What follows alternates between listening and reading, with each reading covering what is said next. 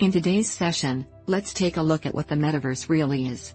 The metaverse has become a scorching topic in 2021 and many technology companies are taking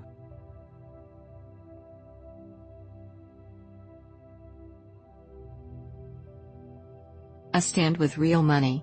Someone even made this statistic that the number of times the word metaverse is mentioned in US listed companies, financial and other corporate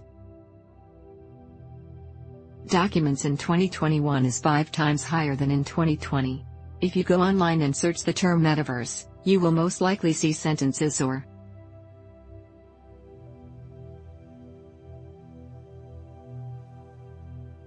words such as the concept originated in the 1990s.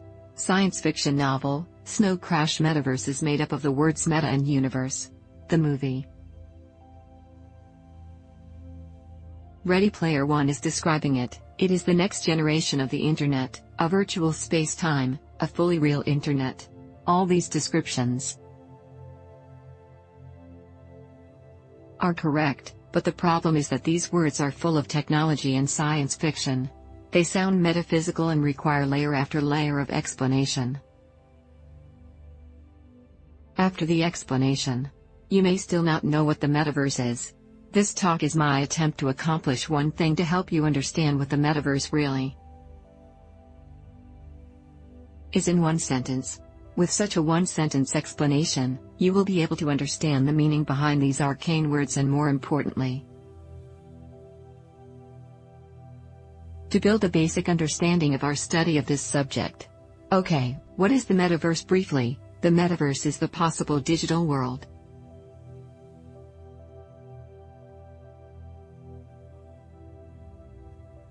in which people participate and live in their digital identity. It is an important phrase that will be repeated in our next courses. So let me repeat it. The metaverse is the possible digital world in which people participate and live in their digital identities. I guess you might be a bit baffled now. So don't worry. Let's break down the phrase digital identity, free participation. Let's start with a simple contraction. The metaverse is a digital world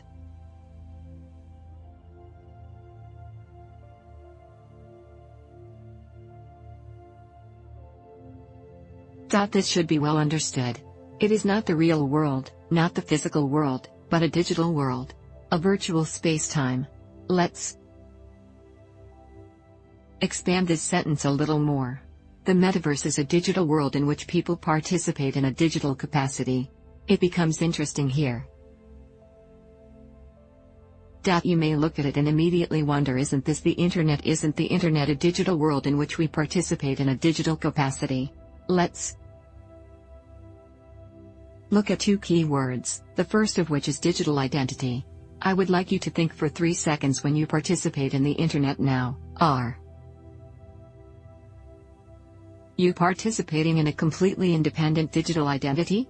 In fact, you have a nickname on the social platforms. You need to register on the shopping platforms.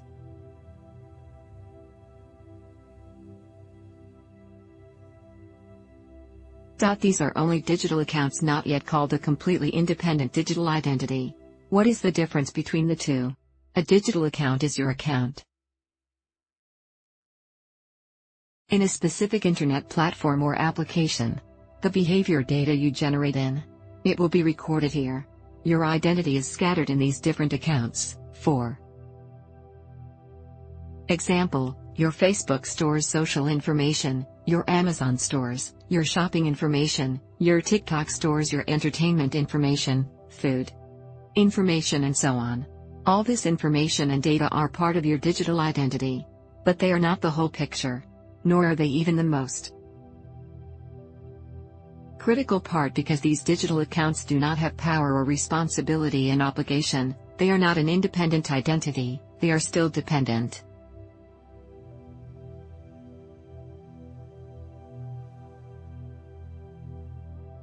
on you, who has that real identity offline. If you think about that statement that the metaverse is a digital world in which people participate with a digital identity,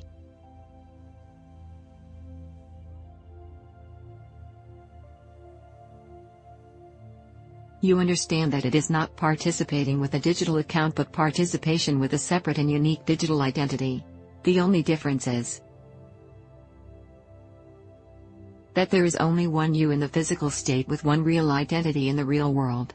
In contrast, in the metaverse, you can have multiple digital identities when we can participate with a digital identity. What does this thing mean for the metaverse? And how does the metaverse make this possible? I'll expand on that for you in detail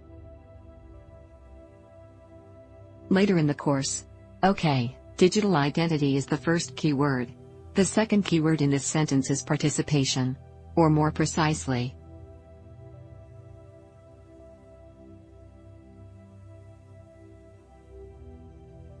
free participation.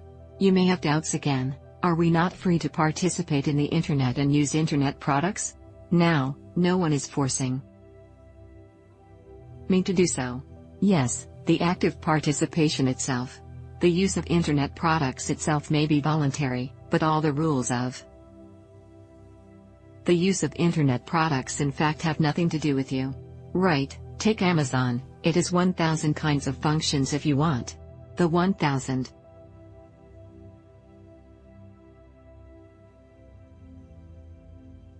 And first function, you can't do anything or an online game. It has designed 1,000 kinds of professions for you to choose if you want the 1,000. And first profession, there is nothing you can do. But in the metaverse or a digital world you can participate in the making of the rules. Each participant in the metaverse can create unique ways to play and all can create their own world.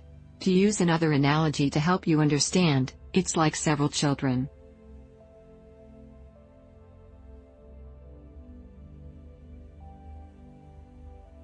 playing Playhouse together. Each of them will be interested in the design of the roles and relationships, and they discuss how the Playhouse should be played, and then together they act out the results of the discussion. After playing for a while, one of the children felt that it was no longer fun and that a new plot could be added to make the Playhouse more fun. As long as everyone agreed, it could become a new round of Playhouse. In this way, a new consensus is formed through free participation, which is how the metaverse is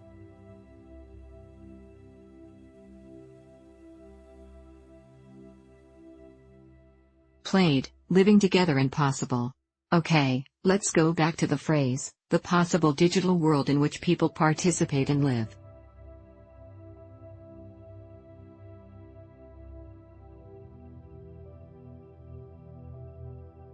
With digital identities. We've talked about digital identity and participation. So let's look at the words, life and possibility. We all have our ideas and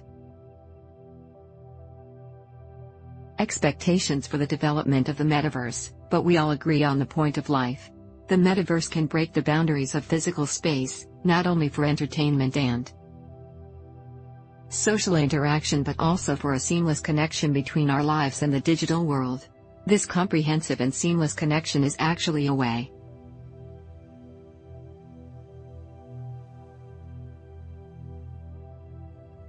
to live together in the metaverse. What does it mean to live together? Let's compare it to the internet, where life is more like a viewing than living together. For example, to watch a concert, you cannot go to the scene for some reason. You can watch live HD video on your computer or cell phone. The sound quality is excellent. There are even some products that allow you to choose the camera angle to see your favorite stars. You can also send comments and other internet users to interact. But in essence, you are in the watching way to participate in the concert. But if the concert is held in the metaverse, you're not just watching, nor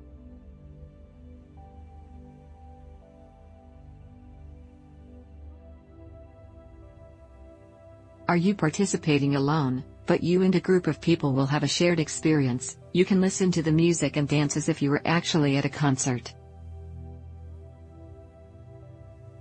And that's what I mean by the shared life of the metaverse. The digital identities participating in the metaverse are fully interconnected with each other, just as you are.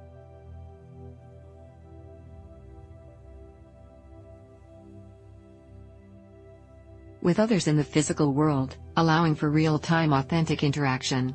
It's easy to understand why Facebook CEO, Mark Zuckerberg, says that the metaverse is not the internet we see on our phones or computer screens, it's an internet that we participate in and can be a part of. After saying the word life, let's look at another word possible: the possible digital world where people participate and live in digital identity.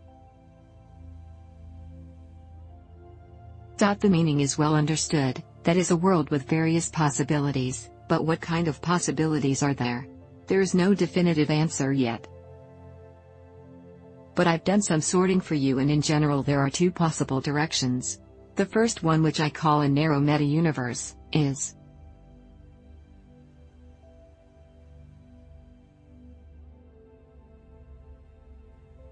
to map the offline world into the digital world where the online and offline finally merge into one. You may immediately think that this is already happening. Yes, our lives are now constantly moving from offline to online and back again through the internet and the Internet of Things. A narrow metaverse is a virtual world that is more fully and completely mapped than it is now, where work, life and experience become part of the virtual world. More importantly, such a metaverse will further act on the physical world in turn, as opposed to the narrow metaverse. The second one, which I call the broad metaverse, is not a mapping of the physical world, but a virtual space-time built purely in the digital world. The difference between these two possible directions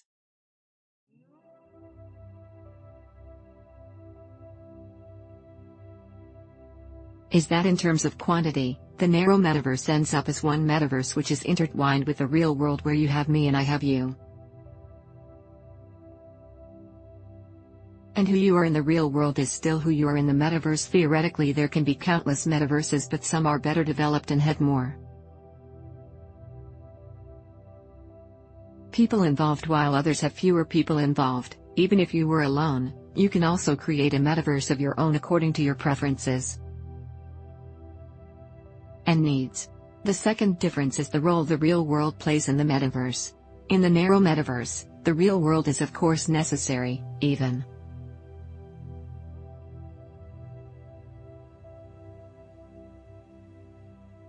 primary, and the virtual world is just an adequate mapping of it. But in the broad metaverse, the real world is not necessary. I've even seen some very radical views, but after realizing the broad metaverse, the physical body in the physical world does not need to exist and lives in the metaverse. As a code, the individual sense of honor, achievement and happiness comes entirely from the metaverse. I call this fundamentalist of the metaverse, which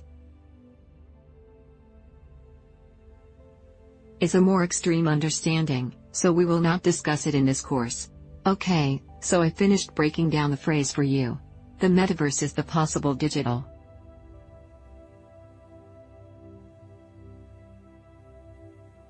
world in which people participate in their lives as digital beings.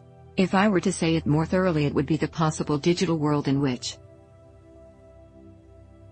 people freely participate and live together as independent digital identities. With this phrase, when you read various news reports and comments, you will find that the metaverse is not that difficult to understand, whether it is about new technologies or new practices of the metaverse. You can use this phrase as the entrance to find a perspective to observe it and distinguish it. Finally, let's summarize the main points of today's course. 1. The metaverse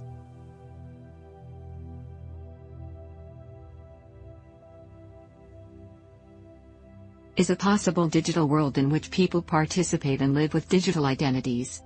2. People do not participate in the metaverse as digital accounts, but as independent, unique digital identities like in the real world, and can make their own rules. 3. The narrow metaverse is the offline world projected into the digital world, while the broad metaverse is a virtual space-time built purely in the digital world. We will see you in the next class.